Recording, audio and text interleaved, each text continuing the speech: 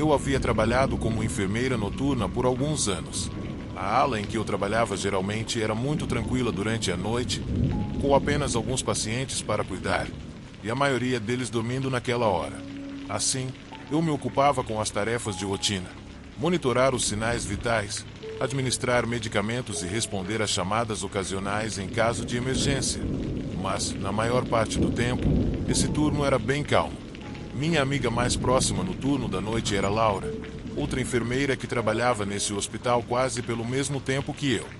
Laura e eu desenvolvemos uma amizade muito próxima, provavelmente porque tínhamos muitas coisas em comum. Tínhamos idades parecidas, éramos da mesma cidade e começamos a trabalhar aqui quase ao mesmo tempo.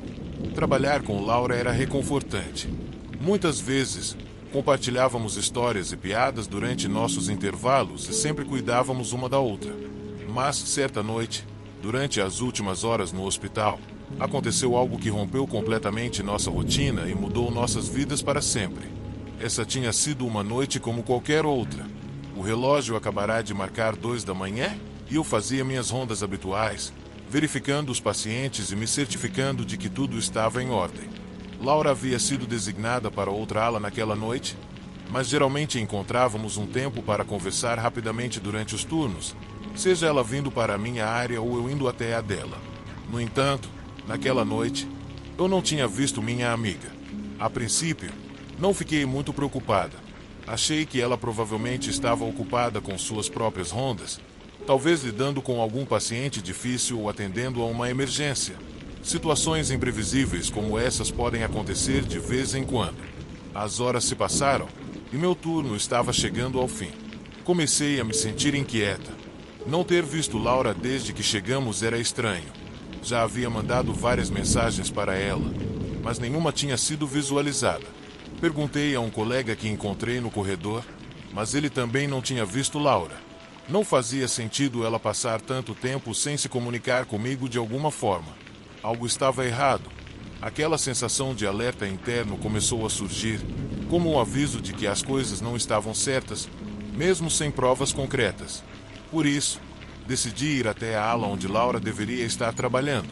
Passei pelos quartos dos pacientes, na esperança de vê-la atendendo alguém, mas não havia sinal dela. Quando cheguei ao posto de enfermagem da ala, perguntei à equipe de plantão se tinham visto Laura, e todos balançaram a cabeça, dizendo que não havia um bom tempo. No entanto, o registro mostrava que ela havia batido o ponto no início do turno. Foi então que comecei a ficar realmente preocupada. Comecei a procurar por todo o hospital, verificando corredores, áreas e lugares onde ela poderia estar. Perguntei a todas as enfermeiras e médicos que encontrei pelo caminho, mas ninguém tinha visto Laura. Algo definitivamente estava errado. Por fim, vendo que estava quase na hora de ir embora e ainda sem sinal de Laura, decidi ir até a sala de segurança. Se alguém poderia saber onde minha amiga estava, seriam os seguranças que monitoravam as câmeras do hospital. Bati na porta da sala várias vezes até que ela finalmente se abriu. Luke, um guarda que eu conhecia bem, apareceu. Laura e eu costumávamos tomar um café ocasional com ele no refeitório à meia-noite. Ele parecia surpreso em me ver e deu passagem para que eu entrasse. Luke perguntou, surpreso, o motivo da minha visita, e eu expliquei sobre o desaparecimento de Laura. Ele rapidamente me levou até os monitores de segurança. Luke começou a revisar as imagens das câmeras, passando por diferentes corredores do hospital. Após alguns minutos, ele pausou o vídeo em uma transmissão de um dos corredores menos movimentados.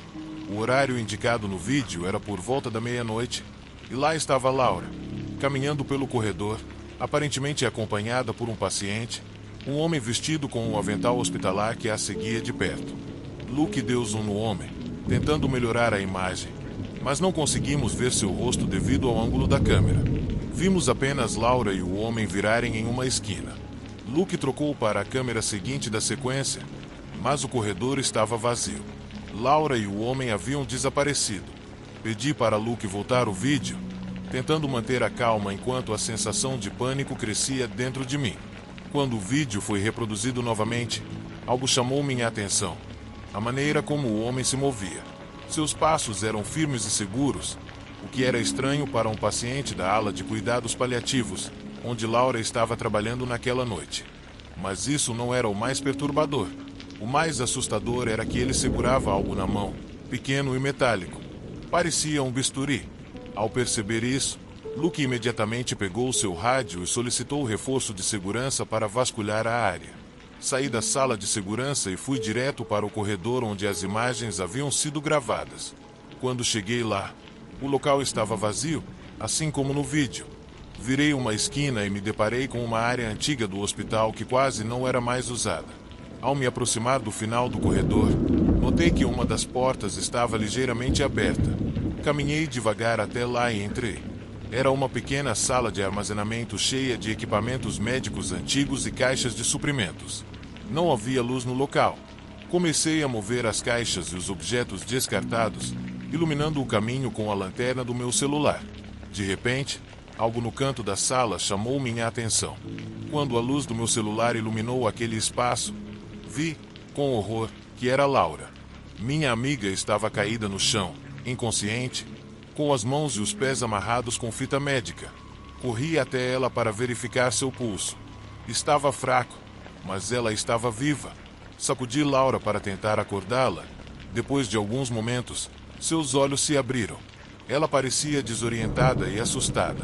Perguntei sobre o homem que a levou, e ela disse que não sabia quem ele era. Ele apenas afirmou que era um paciente, ameaçou-a com um bisturi e pediu para saber onde estavam os medicamentos. Temendo por sua vida, Laura indicou o local.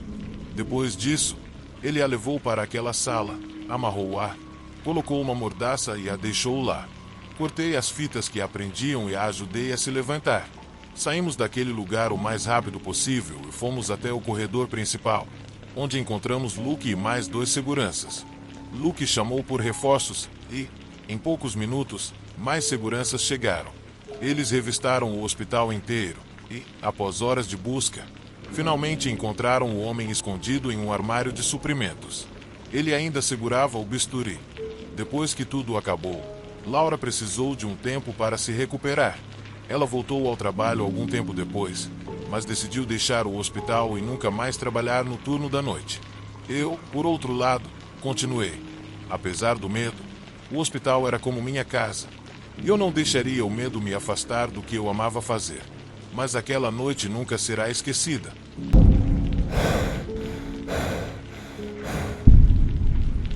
Eu sou proprietário de uma empresa de limpeza que se especializa na manutenção de edifícios comerciais para empresas de médio e grande porte. Por causa do tipo de trabalho, começamos nossos turnos às 18 horas, de segunda a sexta-feira, já que, naturalmente, a maioria dos escritórios não queria que estivéssemos dentro durante o horário comercial, enquanto seus funcionários estavam trabalhando, em alguns casos, enquanto havia clientes no local.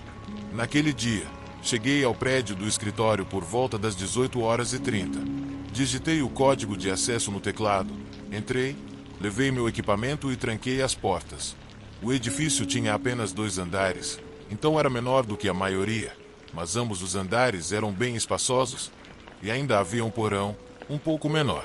Comecei pelo 2º andar e fui descendo, pois é assim que se faz o serviço em prédios como esse. Iniciei as tarefas de limpeza de maneira habitual, recolhendo todo o lixo e removendo qualquer coisa do chão que atrapalhasse. Depois, amarrei os sacos e os levei até as lixeiras, que ficavam próximas ao estacionamento nos fundos do prédio. Enquanto jogava o lixo fora, notei 2 carros estacionados no local, que não estavam lá quando cheguei. Eu tinha certeza absoluta de que nenhum daqueles veículos estava naquele estacionamento algumas horas antes, quando cheguei. Mas o que realmente me deixou inquieto foi o fato de que não deveria haver ninguém no prédio àquela hora, e não havia outros prédios nas redondezas. Então, a grande pergunta que ecoava na minha cabeça era: quem eram aquelas pessoas? E onde estavam os motoristas daqueles veículos? Voltei para dentro, um tanto nervoso, e conferi novamente se todas as portas estavam trancadas, antes de continuar meu trabalho. De vez em quando, olhava pelas janelas para ver se havia alguma mudança nos carros, se eles tinham ido embora ou se alguém estava por perto. Mas tudo permanecia igual. Terminei o andar de cima e desci para o 2º, seguindo o mesmo processo. No entanto, dessa vez, quando saí para jogar o lixo fora, Notei que uma luz acendeu em um dos carros, mas assim que cheguei lá fora, ela se apagou. Isso me deixou bastante desconfortável, então joguei tudo no lixo o mais rápido que pude e voltei para dentro do prédio, tentando descobrir se havia alguém lá, o que tornava tudo ainda mais estranho. Tentei trabalhar mais rápido para terminar aquele andar até as 23 horas, bem mais rápido do que no andar anterior. Depois, só faltaria o pequeno porão, e eu poderia ir embora. Levei todo o equipamento para lá e comecei a trabalhar. Esse nível era, em sua maior parte, cheio de caixas, funcionando mais como um depósito do que qualquer outra coisa. Enquanto eu estava lá embaixo, tentando acelerar o trabalho para sair o quanto antes, ouvi um som estranho vindo de algum dos andares acima.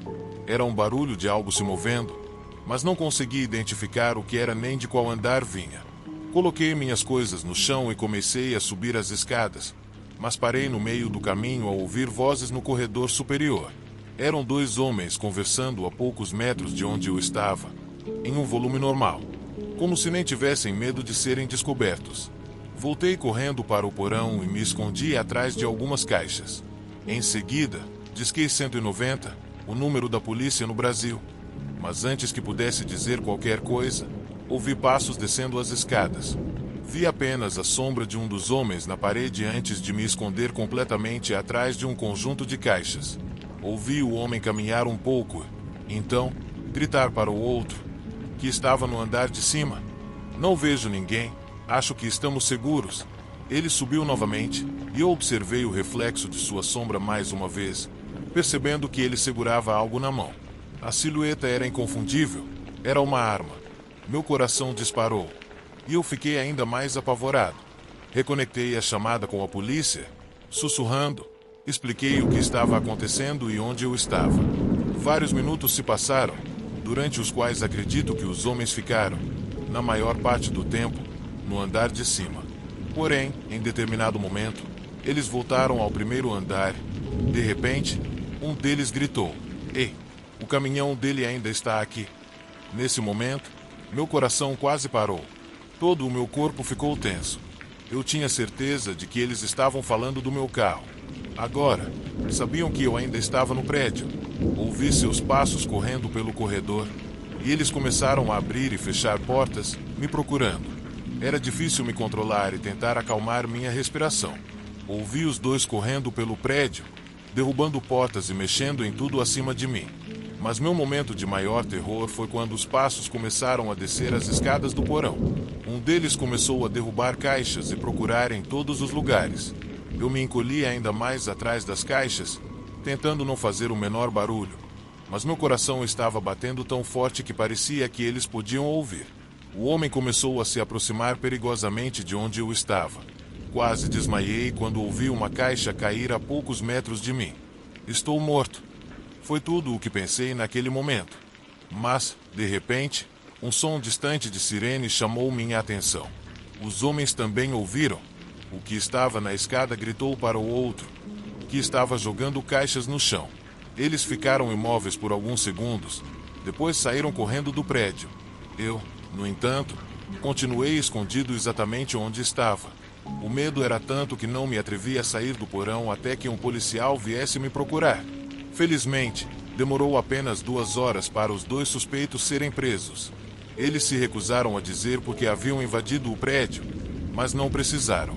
Quando a polícia revistou as vans que eles tinham usado, encontrou diversos itens roubados. Posso dizer que, apesar de tudo, tive sorte. Mas essa foi, sem dúvida, a experiência mais assustadora da minha vida.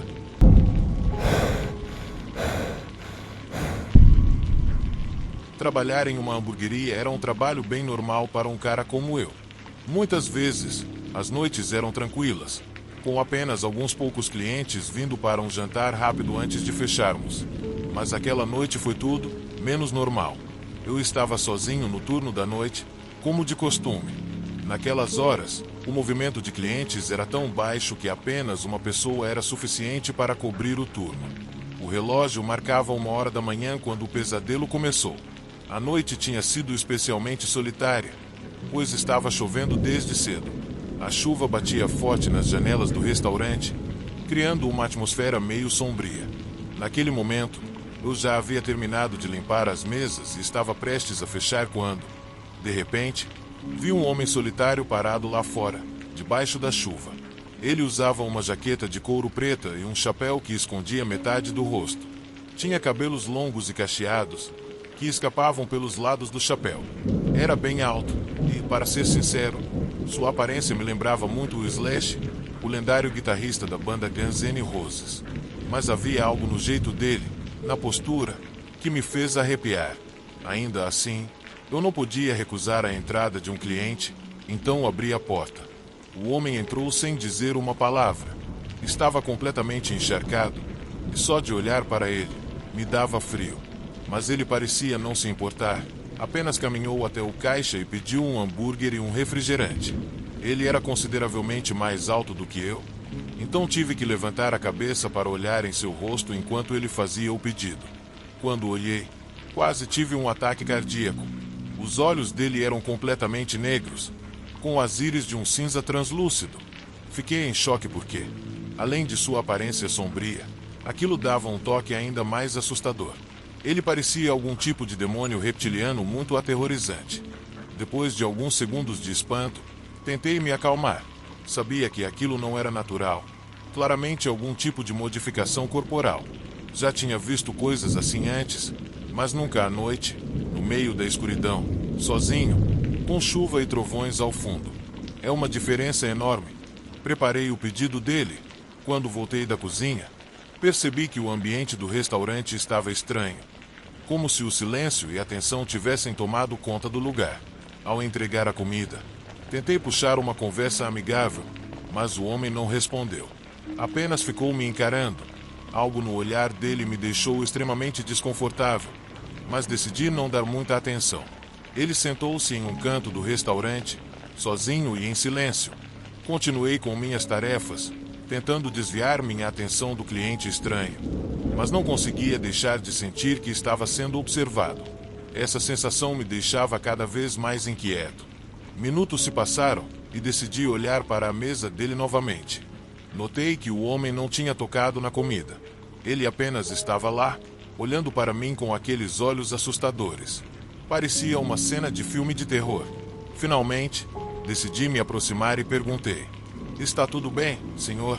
O homem levantou o olhar, mas, em vez de responder, abriu um sorriso perturbador. Era um sorriso que não chegava aos olhos. Então, percebi que os dentes dele também eram modificados, pontudos e afiados como facas. Pareciam os dentes de um tubarão. Naquele momento, tive certeza de que algo estava muito errado. Mesmo assim, não podia simplesmente deixá-lo ali sem fazer nada. Tentei agir com naturalidade e perguntei novamente se ele precisava de algo, mas ele apenas sorriu.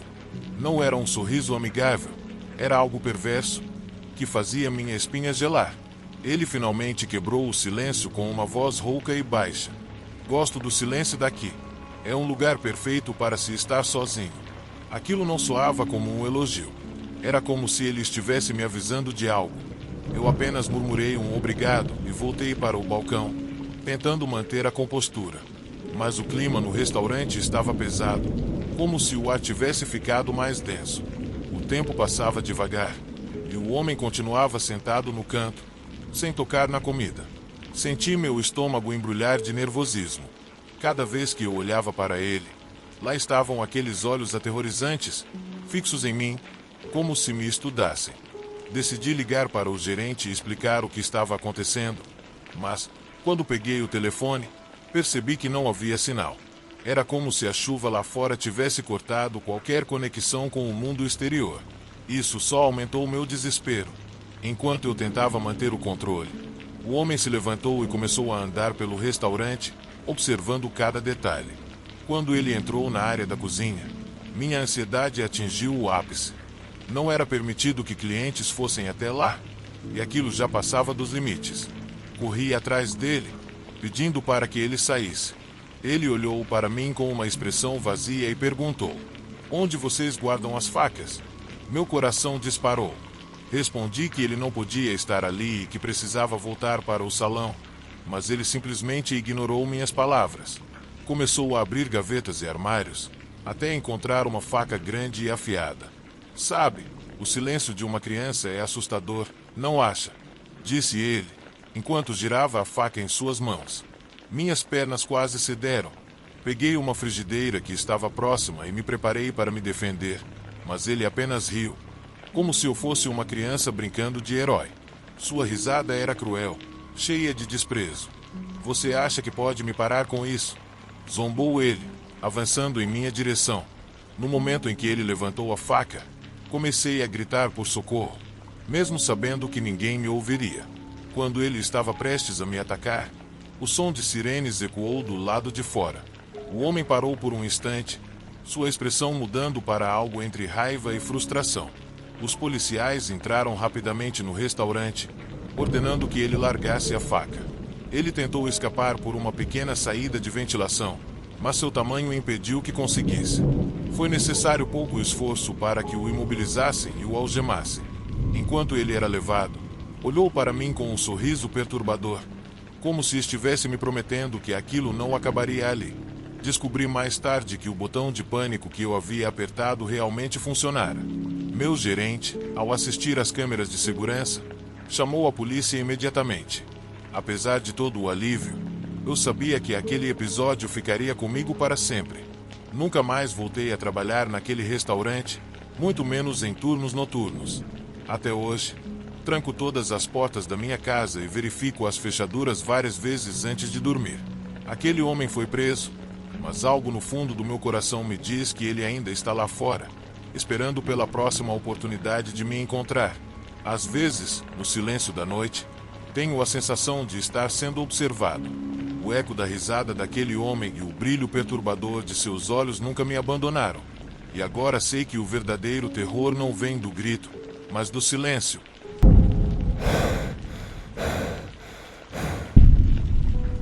Sou policial no meu condado há quase uma década e já vi coisas malucas e perturbadoras que às vezes me fazem questionar por que escolhi essa carreira. Mas o que aconteceu naquela noite ficou marcado para sempre em minha memória. Era o fim do inverno, mas onde moro o frio dura até meados da primavera. Naquela noite, eu estava escalado para patrulhar a estrada principal da cidade durante a maior parte do meu turno. Em uma noite comum, provavelmente pararia 2 ou 3 carros por excesso de velocidade. Fora isso, não teria muito o que fazer. Às vezes, surgia um pedido de reforço, mas geralmente os turnos de patrulha eram os mais monótonos e sem grandes acontecimentos. Naquela noite, eu estava dirigindo pela rodovia, fazendo minha rota habitual, até por volta das 2 horas da manhã. Foi então que passei por um carro estacionado no acostamento, que não estava lá antes. O veículo estava completamente parado no acostamento, com as luzes apagadas e a porta do motorista aberta. Então só o notei quando já estava passando por ele. Peguei o próximo retorno, dei uma volta completa, o que levou uns 15 minutos, e voltei ao local onde o tinha visto. Achei que fosse apenas um carro abandonado ou com defeito que, por algum motivo, eu não havia percebido antes. Então, não estava com pressa. Estacionei atrás do veículo, a uns 5 metros de distância, e deixei os faróis acesos. Olhei para o carro e informei pelo rádio que estava investigando um veículo aparentemente vazio na rodovia em direção ao sul. Peguei minha lanterna e me aproximei. A primeira coisa que chamou minha atenção foi a antiguidade do carro. Parecia algo do século XV, todo enferrujado e cheio de amassados e arranhões. Caminhei até a janela do motorista e iluminei o interior com a lanterna. Não havia ninguém dentro, mas notei alguns sinais perturbadores. O primeiro deles foi a presença de roupas femininas no banco traseiro. Havia uma jaqueta, uma calça jeans, uma blusa e peças íntimas. Todas as roupas estavam dobradas e colocadas cuidadosamente, uma sobre a outra. Isso me chamou muita atenção, pois era uma vestimenta completa, como se estivesse ali para alguém usar, ou como se uma mulher tivesse tirado aquelas roupas no próprio carro. Fui para o outro lado do veículo, mas um som fraco atrás de mim chamou minha atenção. Virei-me rapidamente e apontei a lanterna para a mata ao redor da estrada, e o som cessou imediatamente. Porém, tinha ouvido o suficiente para saber que eram passos. Alguém estava andando por ali, talvez até me observando. Agachei-me atrás do carro e gritei: sinalizando para que a pessoa viesse em direção à luz com as mãos levantadas. Um momento se passou, e então gritei novamente, mas tudo continuou em silêncio. Meu coração batia forte enquanto atualizava a situação pelo rádio. Fiquei ali, olhando para a mata por alguns momentos, temendo por minha vida. Se algo havia acontecido ali, a pessoa que estava na mata poderia tentar me impedir de encontrar evidências de um crime ou algo errado. Peguei minha arma e me movi para trás do carro, mantendo um olho na linha das árvores, mas sem me expor completamente. Os próximos 5 minutos foram brutalmente tensos, mas, finalmente, outro oficial chegou ao local. Assim que ele chegou, ouvimos passos apressados na mata, afastando-se. Decidimos fazer uma busca minuciosa no veículo, pois estava claro que algo estava errado. Mas entrar na mata durante a noite, com alguém possivelmente armado por perto, não era uma opção segura. Dentro do carro, encontramos sinais de violência. Havia uma embalagem vazia de munição, uma faca, uma corda, fita adesiva, um cano e o que parecia ser uma mistura de substâncias ilícitas. Além disso, sob o banco do passageiro, encontramos um cacho de cabelo feminino e uma caixa de preservativos, que parecia ter sido rasgada com os dentes. Essas descobertas eram, no mínimo, alarmantes. Mas, sem dúvida, o que mais me preocupava era que todos esses elementos, combinados com as roupas femininas no banco traseiro, indicavam a possibilidade de um crime de natureza sexual. Com receio do pior, meu parceiro e eu abrimos o porta-malas do veículo, e o que encontramos ali ficará para sempre em minha memória. Ao abrir o porta-malas, nossas suspeitas infelizmente se confirmaram.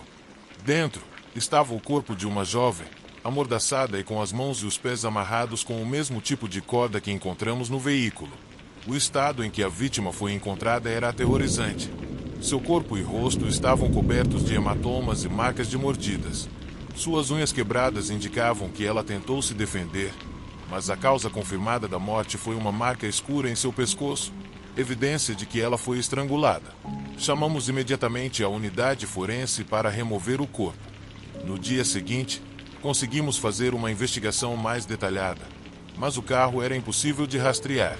Contudo, graças aos tecidos encontrados sob as unhas da vítima, conseguimos realizar uma análise de DNA que identificou o agressor, um homem de 42 anos com antecedentes de abuso sexual e posse ilegal de armas. Levamos apenas 3 dias para capturá-lo. Ele foi preso enquanto tentava cruzar para outro estado em um carro roubado. A vítima foi identificada, mas, por respeito, não revelarei seu nome. Ela era uma estudante de enfermagem de 21 anos, que havia sido sequestrada naquela mesma noite ao sair de um shopping center. Esse caso partiu meu coração. Até hoje, permanece como uma das coisas mais chocantes e tristes que já testemunhei em toda a minha carreira. Saber que conseguimos prender esse homem e colocá-lo atrás das grades me lembra porque escolhi essa profissão. Retirar das ruas indivíduos que parecem ter vindo a este mundo apenas para causar dor e sofrimento às pessoas. Essa jovem era estudiosa, trabalhadora, tinha sonhos e uma família que a amava. Mas, tragicamente, teve sua vida arrancada de forma cruel e prematura, graças à maldade de um ser humano desprezível. Esse caso me marcou profundamente, mas, embora nada pudesse devolver a vida àquela garota, ao menos tenho o consolo de ter contribuído para a justiça.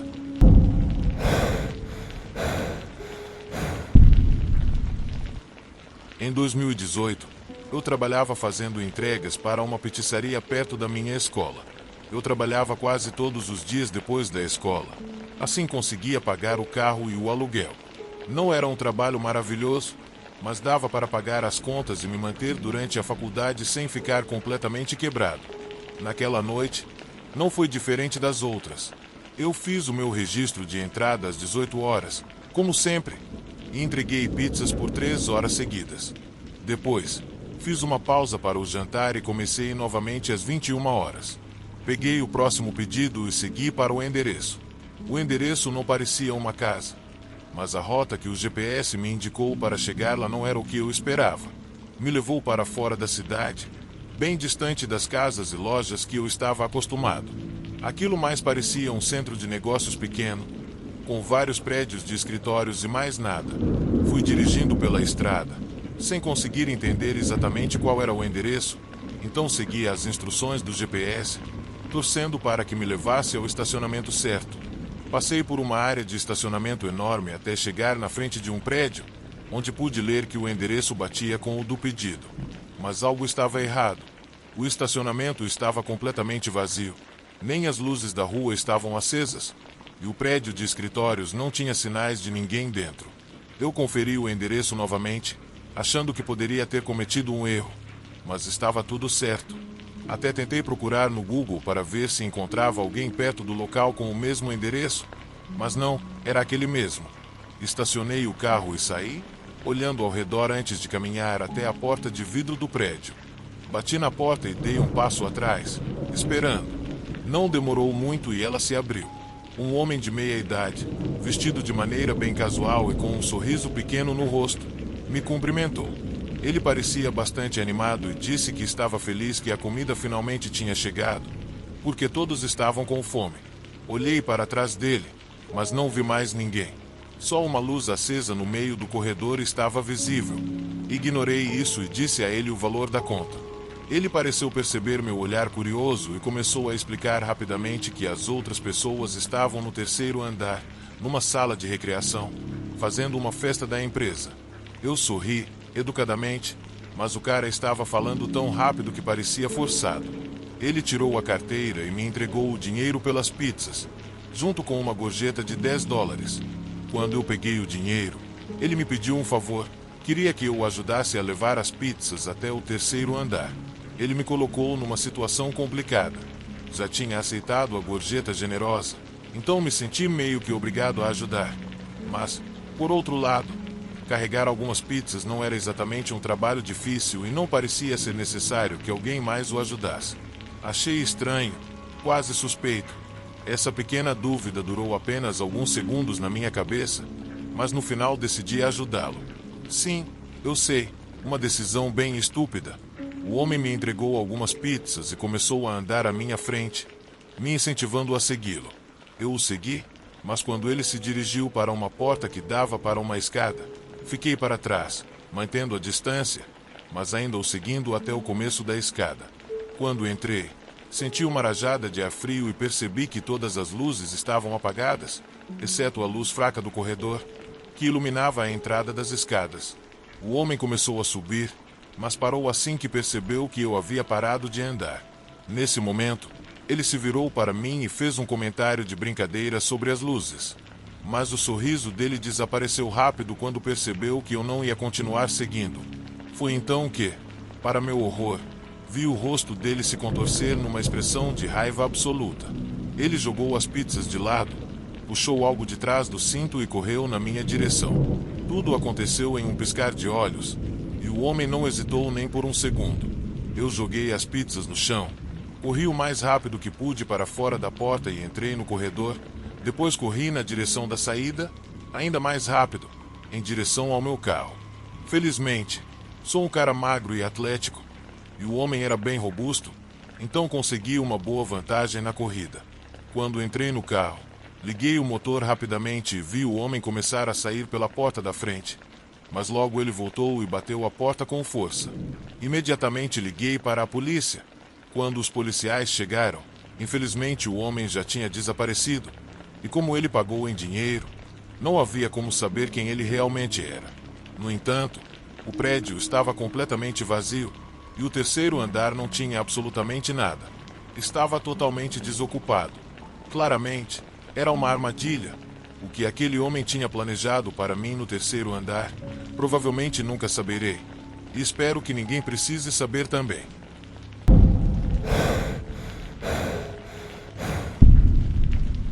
Eu trabalhei em uma locadora de vídeos em Los Angeles nos anos 90. Tivemos vários clientes famosos, inclusive algumas estrelas de filmes adultos. O ambiente de trabalho era meio louco. Às vezes, parecia bem perigoso, mas essa imprevisibilidade era parte do charme. Eu realmente adorava o trabalho e os clientes peculiares que vinham até lá. Lembro que havia uma atriz pornô que vinha frequentemente. Vou chamá-la de Alice para não revelar sua identidade, mas ela era bem conhecida na indústria de filmes adultos.